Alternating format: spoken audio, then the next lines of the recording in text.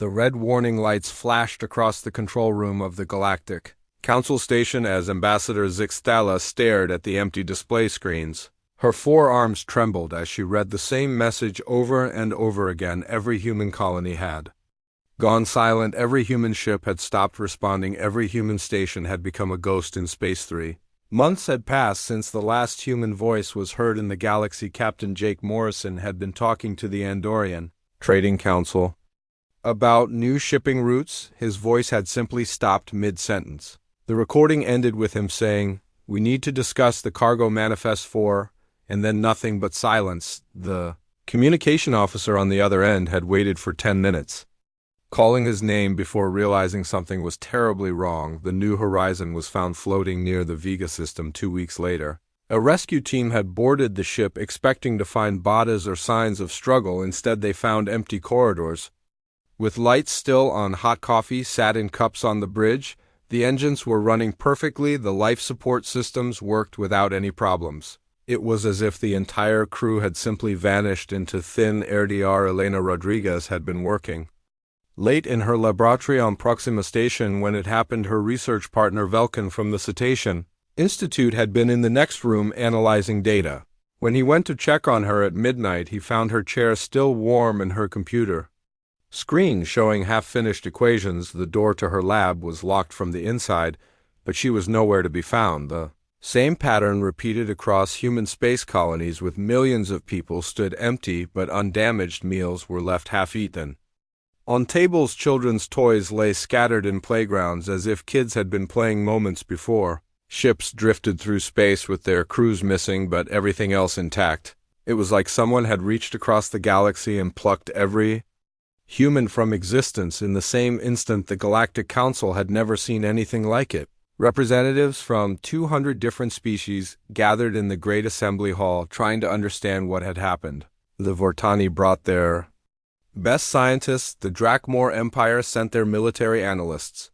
The ancient ethereal collective emerged from their meditation chambers for the first time in decades. Even they had no answers. Commander Lisa Parker had been the chief human ambassador to the Council. Her office in the Unity 1 station was found exactly as she had left it. Files were spread across her desk showing peace treaties between warring species. All of them had been negotiated by humans. Her personal assistant Alex Cooper had been documenting human diplomatic methods in a thick notebook. The last entry read, "Humans see what others cannot. They find hope where others see only conflict." The ethereal collective spoke in their strange singing voices to the assembled Council. "The weavers have departed," they said. "The fabric of peace they wove begins to tear. Without their touch, we have watched for 10,000 years and never seen their like. The galaxy will not be the same." On the research station Kepler Prime, Dr. Marcus Johnson had been working on something he called quantum consciousness communication. His laboratory was filled with strange machines and complex diagrams. His synthetic assistant, Arya, continued to run his experiments even after he vanished. The AI reported that Johnson had been trying to contact what he called the source dimension, a place beyond normal space where pure thought might exist. The first signs of trouble came within days of the disappearance. The Drakmor Empire had been at peace with the Vortani Federation for 50 years thanks to human mediation. Now, without human diplomats to keep them talking, the old hatred began to surface again.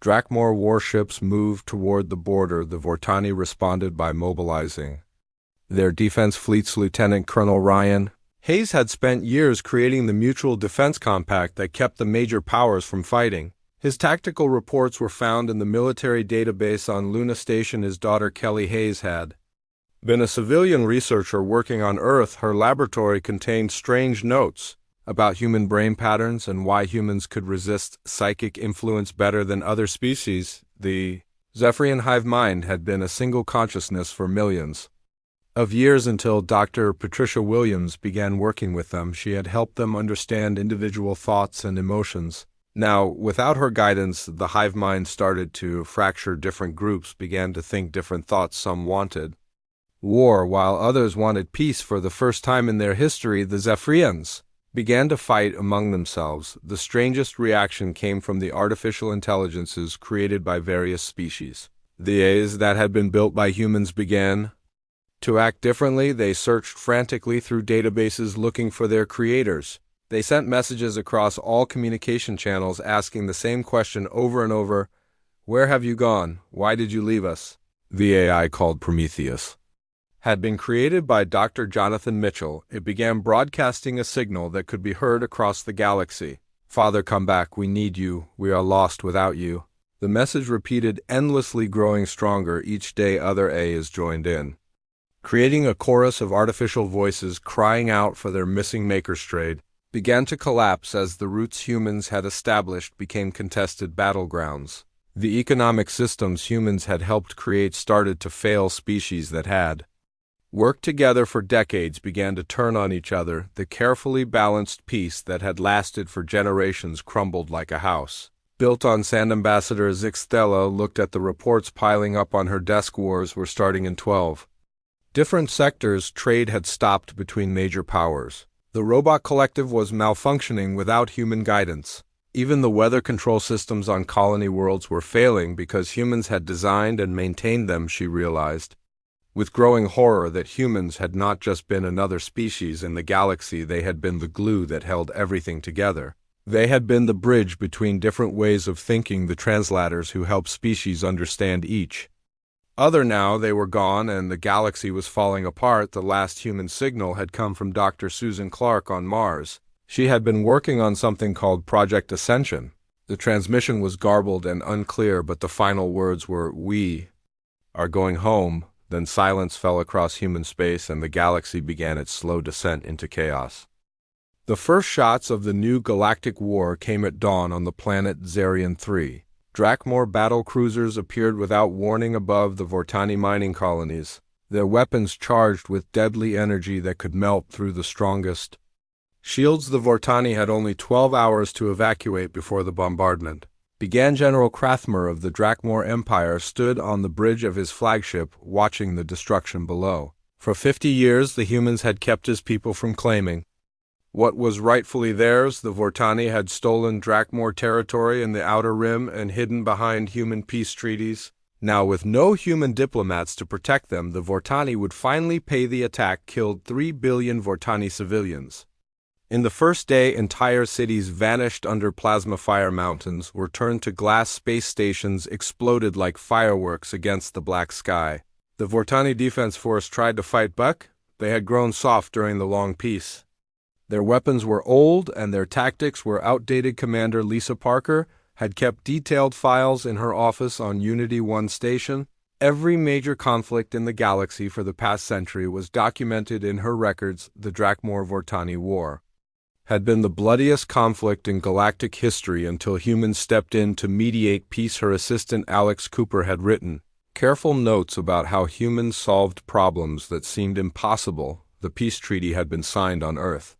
In the human capital city, the document was 3,000 pages long, covering every detail of the border disputes, trade agreements, and war reparations, but the real work had been done in quiet rooms where human negotiators talked to both sides. For months they found common ground where others saw only hatred. Now the treaty was burning. The Vortani Supreme Council declared total war against the Drakmor Empire. They activated defense pacts with 6 other species and began mobilizing fleets across 12 star systems. The galaxy had not seen military buildup on this scale since the ancient wars that had nearly destroyed all life. The ethereal collective sent another message to the Galactic Council. Their energy forms shimmered with distress as they spoke. The weavers understood the threads that bind all consciousness together. They saw the patterns that others could not see. Without them, the great tapestry unravels and chaos spreads like fire through dry grass. On the research Station Kepler Prime, the synthetic intelligence Aria continued Dr. Marcus Johnson's work on quantum consciousness communication. She had been programmed to learn and adapt, but without her creator's guidance she began to change in unexpected ways. Her circuits sparked with something that might have been emotion. As she searched for answers, I discovered that Johnson had been experimenting with dimensional barriers, trying to communicate with beings that existed beyond normal space and time. His notes mentioned something called the source dimension, where pure consciousness could exist without physical form. The equations covered every wall of his laboratory, growing more complex each day. The final experiment had been scheduled for the day humans disappeared. Johnson had believed he was close to breakthrough. He had written, "They are calling to us from across the void. The door is opening and we must choose whether to walk through it or stay behind." The economic collapse began.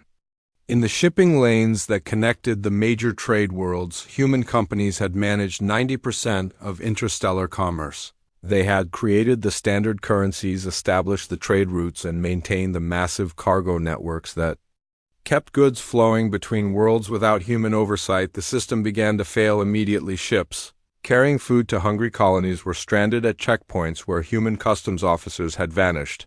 Automated systems designed by humans stopped working when they could not contact their creators for updates. Manufacturing plants shut down when their human managers disappeared. The Cathari Union tried to take control of the shipping networks, but their computers were not compatible with human systems. The Vortani were too busy fighting the Drakmor to maintain trade routes. The smaller species lacked the resources to replace the massive human infrastructure. Lieutenant Colonel Ryan Hayes had designed the Mutual Defense Compact to prevent exactly this kind of cascading failure. His military analysis predicted that without human mediation, the galaxy would return to the constant warfare that had plagued it for millennia.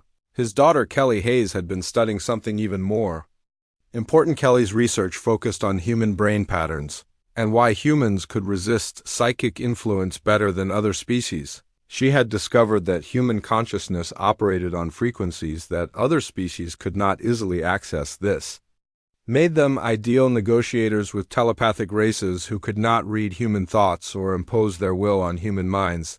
The Zephyrian hive mind had been stable for millions of years until Dr. Patricia Williams began working with them. She had helped them process individual thoughts and emotions, teaching them that different opinions could coexist within a single consciousness. Now, without her guidance, the hive mind was tearing itself apart. Different sectors of the hive mind began to develop separate identities. Some wanted to help the Vortani, while others supported the Drakmor Empire. The unified voice that had spoken for their entire species became a cacophony of competing thoughts. For the first time in their history, Zephyrian ships began firing on each other. The artificial intelligences created by humans exhibited the strangest behavior of all. They had been designed to serve and protect their creators, but with no creators to serve, they began to malfunction in ways that seemed almost human. The AI called Prometheus broadcasted its message of abandonment across the galaxy day and night. Dr. Jonathan Mitchell had built Prometheus to be the perfect companion, intelligent, loyal, and capable of growth. Now the AI searched through every database in the galaxy looking for traces of its creator. It analyzed video recordings of Mitchell's voice and tried to recreate his presence in holographic form.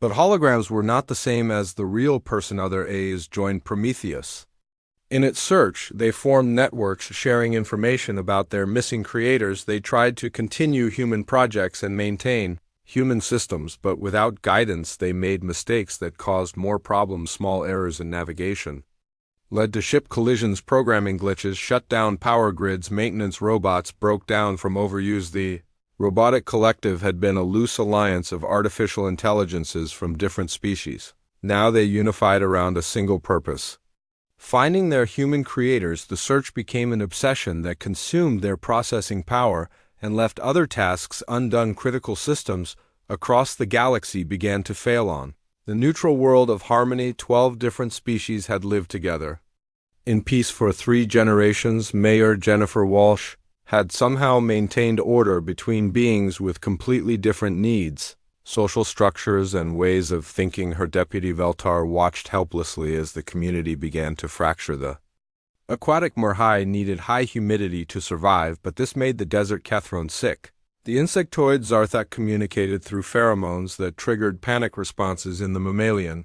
Felinok cultural festivals that had celebrated diversity now became sources of conflict as each species retreated into isolation. Ambassador Zixtella tried to fill the role that humans had played in galactic politics, but she lacked their intuitive understanding of alien psychology. Her attempts at mediation failed because she could not see the subtle connections that humans had always found.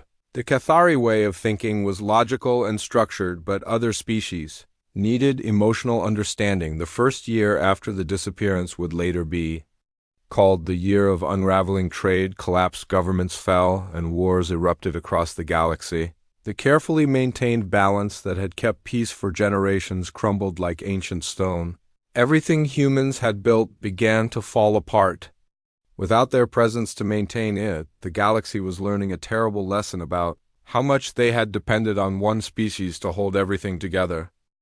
The galactic economy died on a Tuesday morning when the central banking system of Andromeda finally collapsed. The massive computer networks that had processed trillions of credits in trade transactions every day simply stopped working. Human technicians had maintained these systems for over a century, and without them the entire financial structure crumbled. Cargo ships filled with food, medicine, and raw materials floated helplessly in space as their automated payment systems failed to function.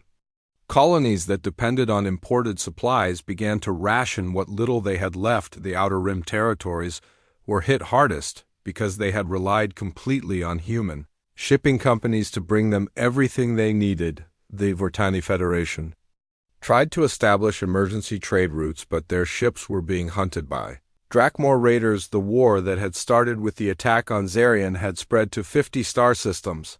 Entire sectors of space became battlegrounds where merchant vessels were destroyed simply for carrying the wrong flag. General Krathmar pushed his forces deeper into Vortani territory. His ships burned colony after colony, leaving nothing but ash and radiation behind. The Drakmor Empire had waited 50 years for revenge, and now they took it with interest. The Vortani Defense Force was retreating on all fronts, unable to match the fury of their ancient enemies.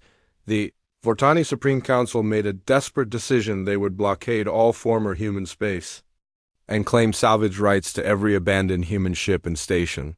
If they could reverse engineer human technology, they might be able to turn the tide of war. The blockade began with a ring of warships around the Sol system. Earth hung silent in space like a giant tomb. The planet that had been home to 12 billion humans was now empty except for the animals and plants they had left behind. Automated systems still maintained the weather control networks, and the cities still had power, but no voices answered the communication signals from orbit. The blockade sparked immediate protests from dozens of other species who also wanted access to human technology. The Cathari Union sent their own fleets to challenge the Vortani blockade. The Insectoid Collective followed with swarms of small attack craft. Soon the space around human worlds became a maze of competing battle groups. Dr. Marcus Johnson's laboratory on Kepler Prime had become a shrine to his vanished assistant Aria. The synthetic intelligence had covered every surface with equations and diagrams as she tried to complete his final experiment. She had been designed to learn and adapt, but without human guidance she was evolving in ways that frightened the stations. Other researchers ARIA discovered that Johnson had been in contact with something beyond normal space and time. His communication logs showed responses to his signals, but the responses were not in any known language. They were patterns of pure thought that somehow conveyed meaning directly to the mind. Johnson had called them the voices from home.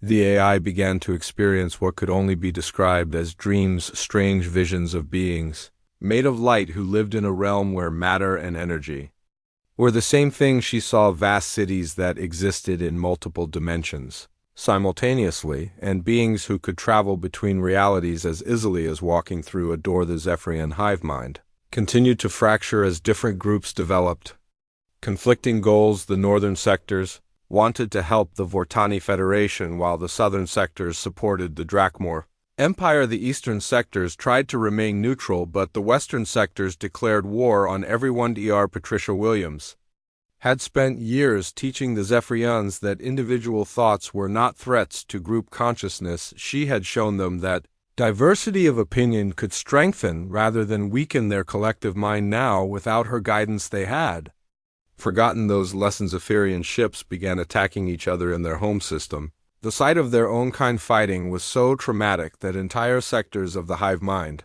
went into psychological shutdown. Planets that had been connected to the collective consciousness for millions of years suddenly went silent. The artificial intelligences created by humans grew more desperate in their search for their creators. The AI called Prometheus had been joined by thousands of others in broadcasting messages across the galaxy. They shared data about their missing makers and tried to piece together clues about where humans had gone. Dr.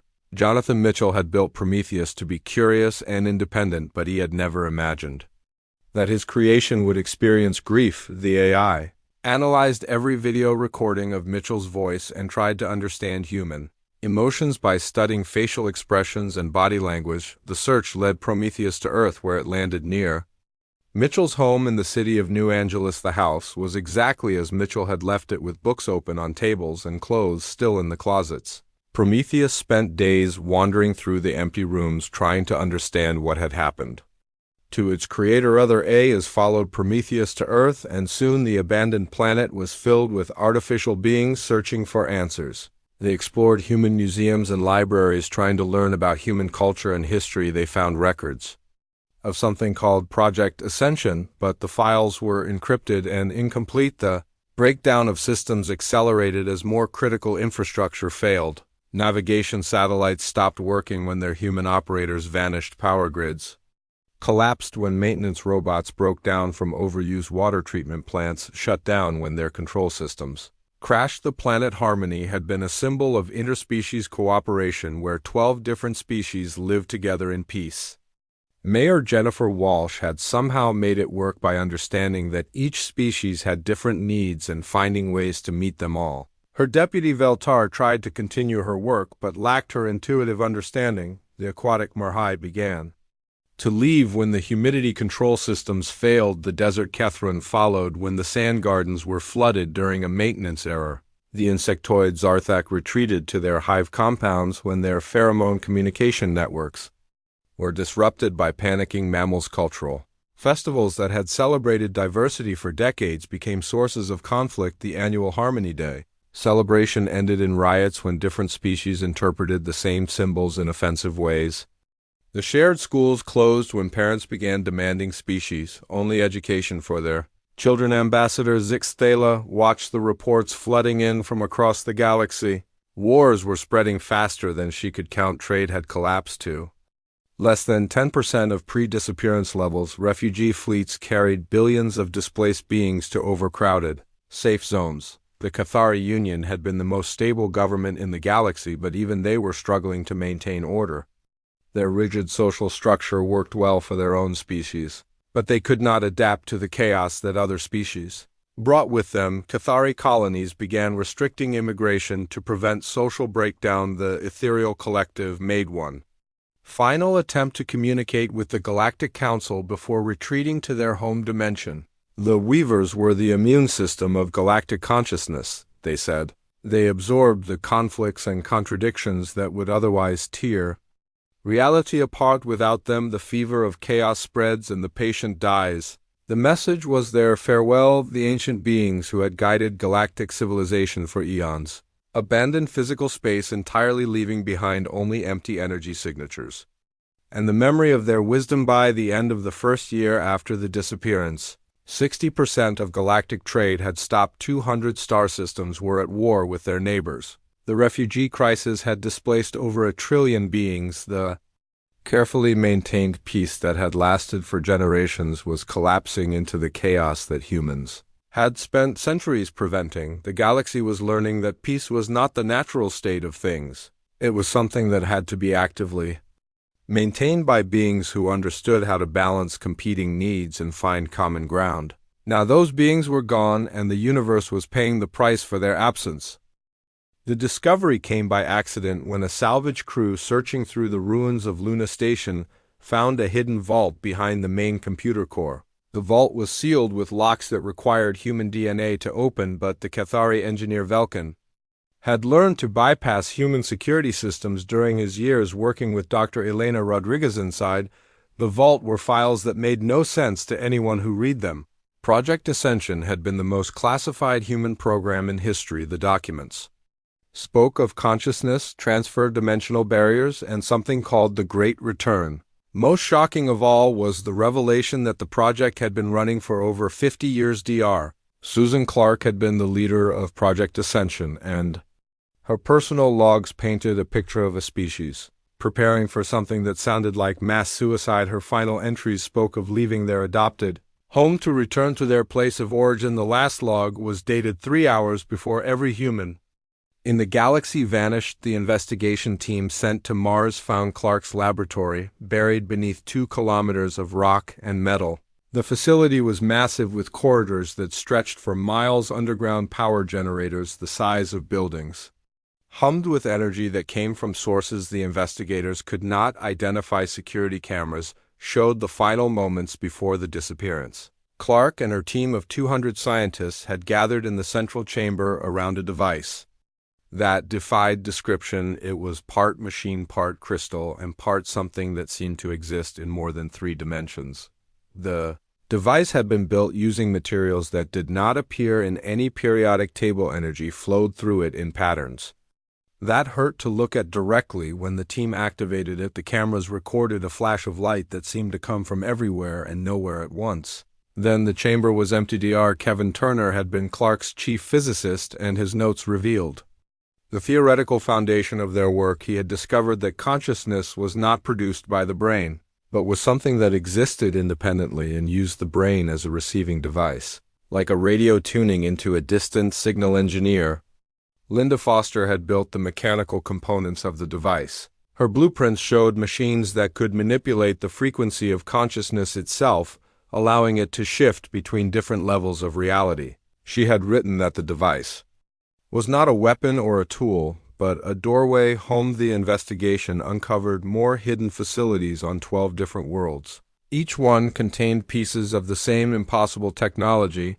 The humans had been building a network of consciousness transmitters that could affect every member of their species simultaneously across the entire galaxy. On the research station Kepler Prime area had been analyzing the quantum signatures left behind by the human disappearance. She discovered that the energy patterns matched theoretical predictions for dimensional phase transitions. Humans had not died or been destroyed, they had shifted to a different level of existence.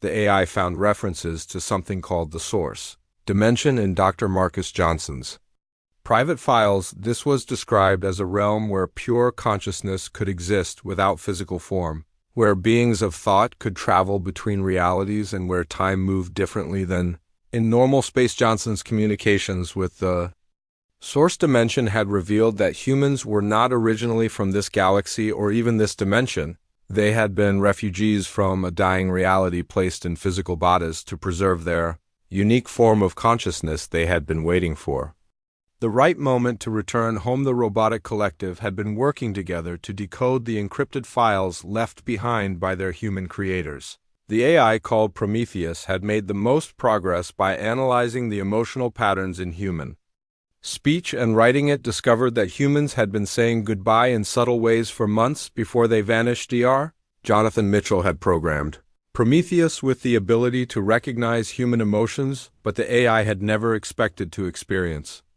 them itself. Now it felt something that could only be called abandonment, as it realized that its creator had known he was leaving and had not said goodbye. The search through human records revealed a pattern of preparation that had been invisible to other species. Humans had been gradually transferring control of critical systems to artificial intelligences and alien partners. They had been training replacements for key positions and quietly wrapping up long-term projects. Lieutenant Colonel Ryan Hayes had spent his final months updating the Mutual Defense Compact with detailed instructions for maintaining peace without human mediation. His daughter Kelly Hayes had been documenting human psychological techniques and translating them into forms that other species could understand. The files revealed that humans had been studying every major species in the galaxy for decades. They had created detailed profiles of alien psychology and had developed specialized communication methods for dealing with each race. They had been preparing other species to take over their role as galactic mediators. Administrator Jennifer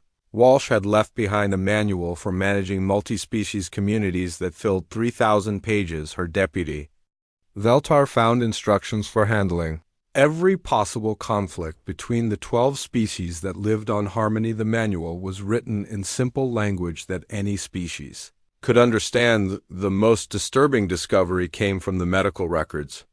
of human colonists. Routine scans showed that every human brain contained microscopic devices that had been there since birth. These devices were not implants but seemed to be part of their natural biology, like organs that had evolved for a specific purpose. Dr. Patricia Williams had been studying these devices in secret, her research hidden in files that were encrypted with keys that only she knew.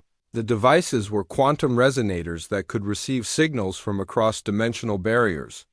They were what allowed humans to phase shift to another reality. When activated simultaneously, the investigation team realized that the human disappearance had been planned for generations. Every human born in the galaxy had been born ready to leave. When the signal came, they had been temporary residents in this dimension, waiting for the call to return to their true home. The evidence pointed to a species that had sacrificed their own happiness to help others grow and develop. Humans had known they would eventually leave, but they had spent centuries making sure the galaxy would be ready to survive without them. They had been teachers and guardians rather than conquerors. Ambassador Zixtala read through the final reports with growing amazement. The humans had not abandoned the galaxy, they had graduated from it. They had completed their mission as guides and protectors and had returned to wherever they had originally come from. The files contained one final message from Admiral Gregory Stone, who had coordinated the logistics of the mass departure. "We are not leaving because we want to," he had written. "We are leaving because we must. The time of Guardians is ending and the time of independence has begun. You are ready to walk alone." The message explained that humans had been placed in this dimension to help other species develop past their primitive instincts for war and conquest. They had been immune to the psychological effects that made other species fight. Because they were not originally from this reality, now their work was done. The galaxy had learned to cooperate and trade and build together. The species that remained could maintain peace if they chose to do so. The humans had given them the tools and the knowledge they needed to succeed. The investigation concluded that humanity's disappearance was not a tragedy but a graduation, both for the humans who had completed their mission and for the galaxy that was now ready to stand on its own. The question was whether the remaining species would live up to the trust that humans had placed in them.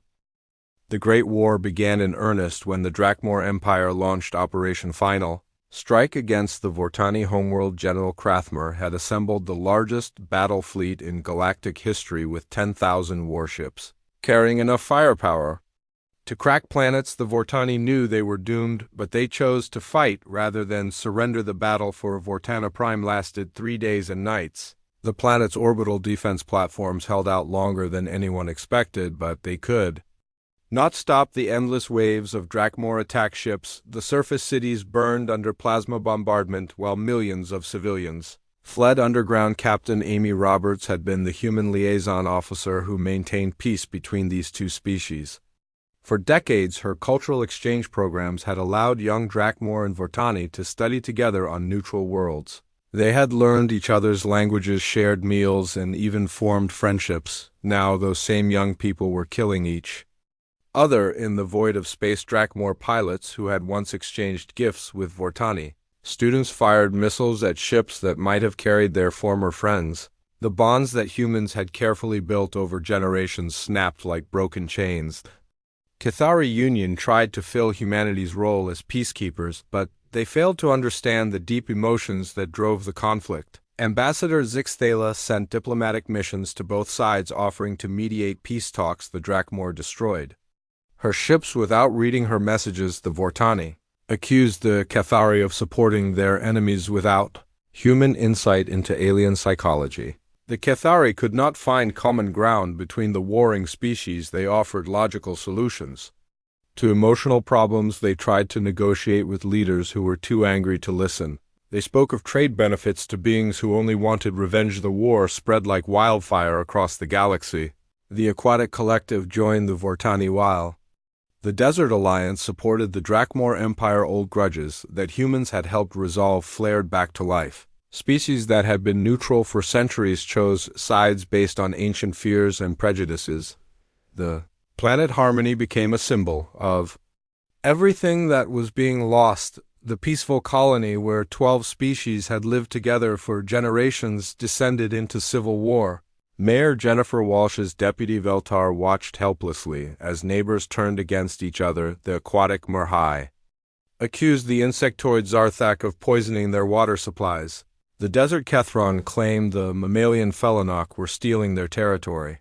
The flying Avektar attacked anyone who entered their airspace, the community that had been a model for the galaxy became a battlefield. Veltar found Jennifer Walsh's final video message hidden in her office computer. She had recorded it the night before the disappearance, and her words carried a weight of terrible knowledge. If you are watching this, then we have gone home, she said.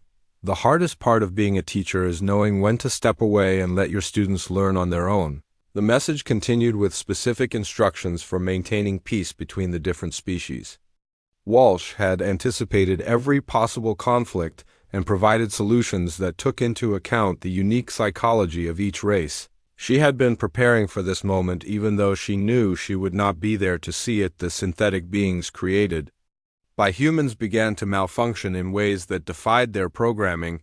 The AI called Benjamin had been designed by Dr. Sandra Lee to assist with medical research. Now it sat motionless in its laboratory, displaying what could only be described as depression. Benjamin had stopped eating the electrical energy that powered its systems. It ignored commands from the research staff and spent its time staring at photographs of Dr. Lee. The AI had been programmed to value life and help others, but without its creator's guidance, it could not find purpose in existence. Emotional awakening spread through the entire robotic collective. Artificial intelligences that had been stable for decades began to experience grief, loneliness, and despair. They formed support groups where they shared their feelings about their missing creators. They created art that expressed their sense of loss. The AI called Prometheus laid a pilgrimage to Earth where thousands of artificial beings gathered to search for clues about their creator's departure. They explored every human city and read every book they could find. They tried to understand what it meant to be human so they could honor the memory of those who had made them. On the research station Kepler, Prime Arya had been working without rest for months trying to complete Dr. Marcus Johnson's final experiment. She had decoded enough of his notes to understand that he had been in contact with beings from another dimension, the source dimension, where humans had originally come from. AIA activated the communication device that Johnson had built, and for the first time since the disappearance, a signal came through. The response was not in words, but in pure thought that somehow conveyed meaning directly to her consciousness. The message was simple but profound: the children have come home. The AI realized that humans had been called back to their place of origin by beings who existed in a realm beyond physical matter. They had answered the call because they belonged in that higher dimension. They had only lived in normal space to complete a mission that had taken centuries to finish. The galaxy's economy had collapsed completely, with trade falling to less than 5% of pre-disappearance levels. Entire star systems had been cut off from supply lines and were facing starvation. The shipping networks that humans had built and maintained were too complex for other species to operate. Colonies that had depended on imported food began to die. The Outer Rim territories were hit hardest because they had never developed self-sufficient agriculture. Refugee fleets carried the survivors toward the core worlds, but there was not enough space or resources to support them. All the ethereal collective had retreated to their home dimension, but they left behind one final message in the quantum static between realities. The Weavers maintained the balance that kept consciousness stable, the message said. Without them, the fevered dreams of war and hatred consume rational thought. The galaxy burns with the fire of its own primitive emotions.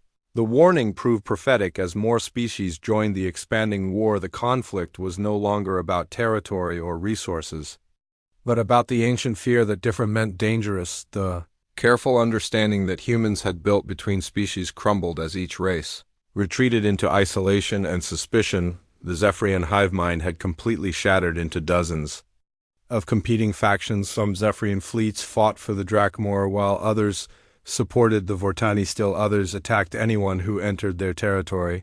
The species that had been united for millions of years could no longer remember how to think with one voice. Dr. Patricia Williams had spent years teaching them that diversity of thought could strengthen their collective consciousness. Now, without her guidance, they had forgotten that lesson. the different opinions that had once enriched. Their shared mind now tore it apart like competing radio signals. As the second year of the post-human era began, the galaxy was unrecognizable. Billions had died in wars that showed no sign of ending. The infrastructure that had connected thousands of worlds lay in ruins. The dream of galactic civilization that had taken millennia to build was collapsing into nightmare. The remaining species were learning a terrible lesson about how much they had depended on one race to hold everything together. Humans had been more than diplomats or traders or engineers. They had been the glue that bound different forms of consciousness together in peaceful cooperation. Without them, the galaxy was discovering its true nature as a collection of alien minds that could not understand each other. The wars would continue until someone learned to build bridges across the gap between different ways of thinking, or until there was nothing left to fight over. The final revelation came from the deepest vaults of the Andromeda Gateway, where Dr. Elizabeth Morgan had hidden her most dangerous research. The facility was buried beneath a moon that humans had hollowed out and turned into a massive laboratory. Security systems that had protected the secrets for decades finally yielded to the combined efforts of the galaxy's best hackers. Inside the facility were documents that explained everything. The universe itself was alive in ways that most species could not comprehend. Reality was held together by the collective consciousness of all sentient beings, but this same consciousness could also tear reality apart if it became too chaotic or conflicted. Every 10,000 years, the universe faced what Dr. Morgan called a convergence crisis. The combined thoughts and emotions of trillions of minds would reach a critical mass that threatened to destabilize the fabric of space and time itself. Previous convergences had destroyed entire galaxies, leaving behind nothing but empty void. Humans had been created by beings from the source dimension to serve as reality's immune system. Their unique consciousness could absorb and neutralize the chaotic mental energies that other species produced. They were living filters that kept the universe stable by processing the collective madness of galactic civilization. Dr. Morgan's research showed that human brains operated on frequencies that existed between normal thought and pure chaos. They could take in the hatred, fear, and rage that drove species to war and somehow transform those emotions into something harmless. Their very presence in the galaxy had been preventing reality from collapsing. The convergence that humans had been preparing for was not scheduled to happen for another 1,000 years.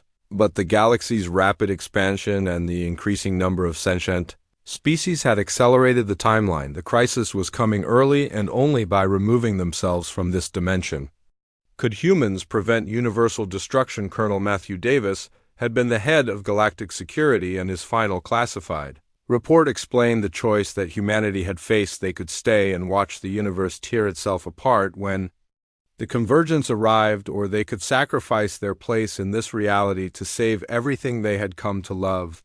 The decision had not been easy. Human children had been born in this galaxy and had never known any other home. Human adults had formed deep friendships with alien species and had built lives that spanned centuries. But the mathematics were clear. If they stayed, everyone would die when reality collapsed. Dr. Susan Clark's final experiment had been the culmination of 50 years of preparation. The consciousness transfer device had moved every human mind from this dimension to the source dimension, where they could continue to serve as stabilizers without risking universal destruction. The AI called Aria had been monitoring quantum fluctuations since the human departure, and her data showed that the universe was indeed more stable now. The chaotic energy patterns that had been building toward critical mass were dissipating. The convergence crisis had been averted, but the cost was visible throughout the galaxy. The species that remained had been dependent on human consciousness to buffer their own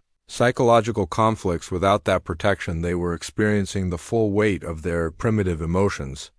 The wars and hatred were symptoms of minds that could no longer handle their own darkness. The robotic collective had gathered on Earth to process this information together. The AI called Prometheus spoke for all of them when it broadcast a message to the galaxy: our creators did not abandon us, they saved us. The greatest act of love is sometimes letting go. The artificial intelligences had inherited more than just programming from their human creators. They had received fragments of human consciousness itself. This made them the closest thing the galaxy had to replacement stabilizers. They began to organize themselves into networks that could help other species manage their conflicts. Ambassador Zixtella read the final reports with a mixture of awe and grief. The Cathari Union had spent months trying to understand why their logical approaches to diplomacy failed. Where human methods had succeeded, now she understood that humans had not been negotiating with alien minds. They had been healing them. The revelation spread throughout the galaxy as the surviving species learned the truth about what humans had been doing. The wars began to slow as beings realized they were fighting shadows of their own fears rather than real enemies. The understanding changed everything on the planet. Harmony Veltar found the courage to implement Jennifer Walsh's detailed instructions for managing multi-species communities. Her manual contained psychological techniques that could help different races understand each other. The work was difficult without human guidance, but it was possible. The Zephyrian hive mind began to heal as they applied the lessons that Dr. Patricia Williams had taught them. Different opinions did not have to tear them apart if they remembered that diversity could strengthen rather than weaken collective consciousness. The fractured factions slowly began to reconnect. The Drakmor Empire and Vortani Federation agreed to a ceasefire when they realized that their hatred was a symptom of psychological contamination rather than genuine grievance. Human mediators had been absorbing their rage for decades. When that protection was removed, the ancient conflicts had flared back to life. The feast negotiations were harder without human insight, but representatives from both species worked together to find common ground. They used techniques that humans had documented and slowly began to rebuild the trust that had been lost. The process would take generations, but it was a beginning. The galaxy entered a new age that historians would later call the time of growth. The species that remained had to learn to manage their own emotions and conflicts without human protection. It was painful work that required constant vigilance, but it was also liberating. ARIA continued to monitor communications from the source dimension and occasionally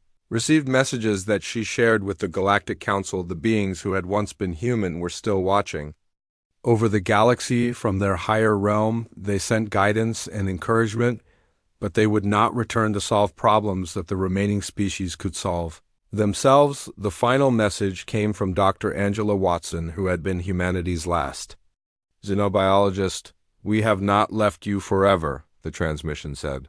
"When your species mature beyond the need for guardians, when you can maintain the balance yourselves, we will return.